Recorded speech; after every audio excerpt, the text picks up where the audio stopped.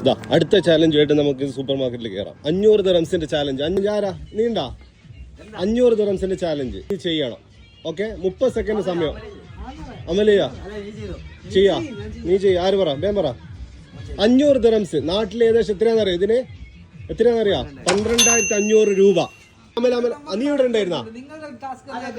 അത് വേണടാ. കൊളാം എന്ത് ഉറപ്പാ? 100 അതിന്റെ 100 ഇതിപ്പോ തന്നത് ഒരു 5000 കിട്ടിയ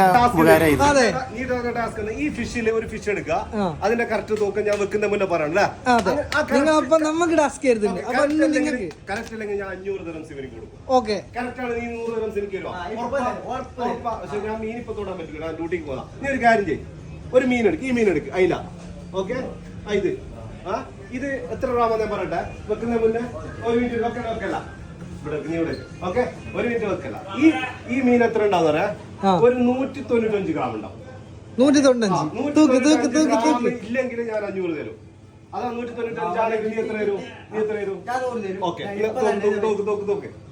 195 ഗ്രാം. എടാ ഞാൻ 500